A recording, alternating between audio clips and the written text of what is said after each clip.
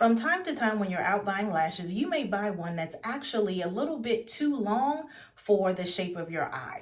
And actually, when you think about it, if you have an eye that is maybe bulges more, or if your eye is more flat, you need more or less of this band. So if you buy one that's a little too long, it is really simple to trim it. And that's what we're going to talk about today. So, a couple of things to remember. You don't want the lash to go further than the outer corner of your eye. That's your stopping point. So if you notice that that lash has gone well beyond that, that is the excess you want to trim off. So this, for example, is a lash I use a lot. I know I need to cut 2 spikes off the end of this lash because it is going to be too long for my eye. Now, one other thing to keep in mind when you are trimming a lash is that you don't want to trim the inner corner of the lashes. You just want to trim off from the outer corner. So it's very important before you lift it off of this base, unless you're going to remember what's the inside and what's the outside, you might want to just leave it down. So that way you can remember, I'm just cutting from the outer corner. Now, to determine how much you actually need to cut, look at your eyes, and when you notice on the inner corners, you have your tear duct or that pink area. That is going to be the area you want to avoid. So when you're doing your cutting, use that pink line as your starting point for the lash and extend out. We don't want to get into the tear duct area because, one, there's a lot of moisture there because it is your tear duct, and it can keep your lash from adhering. 2, if you get too close to that area, you may notice that if you can get the lash to stick, that you might feel like a pinch or like a little poke from that end of the lash in that area, and that's really going to be uncomfortable. And then, of course, your outer perimeter is the outer corner of your eye. Now, this is an example of a lash that I definitely need to cut because it really extends far beyond the outer corner of my eye. But someone whose eye is larger or maybe tends to bulge out more could use a lot more of this band.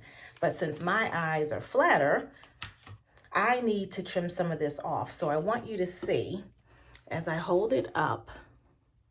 So I'm going to use that pink as the starting point, that tear duct. Now, usually when you pull a lash off a base, it has enough. You can see how long that is. It's really, really extending. But it has a little bit of glue residue left, just enough for you to be able to hold it up and try to get a feel for, okay, how far out does this extend beyond the corner of my eye?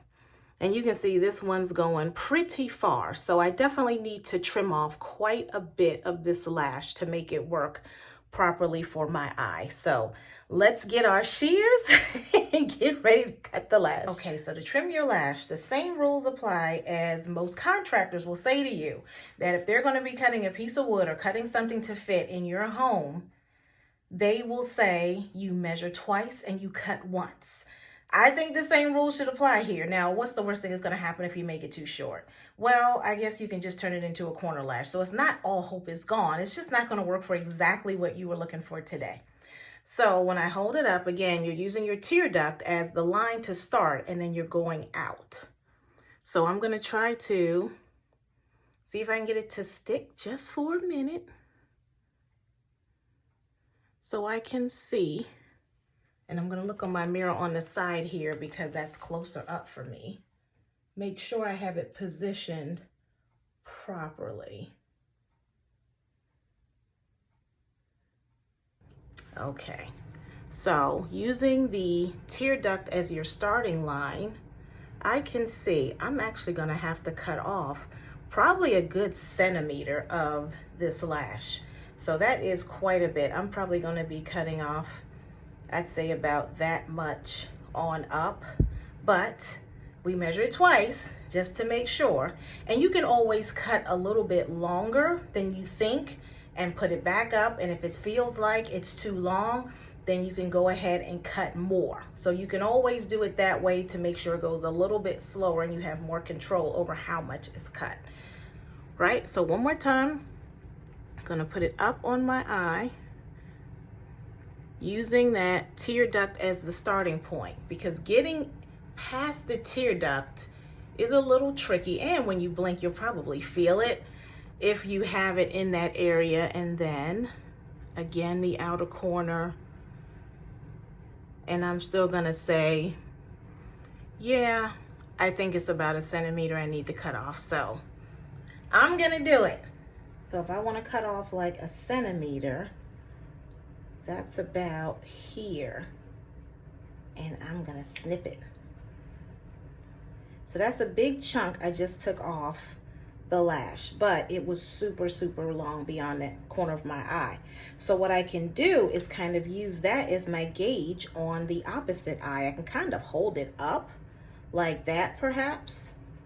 And that way it's kind of my guide on the other eye on, okay, well, how much do I cut?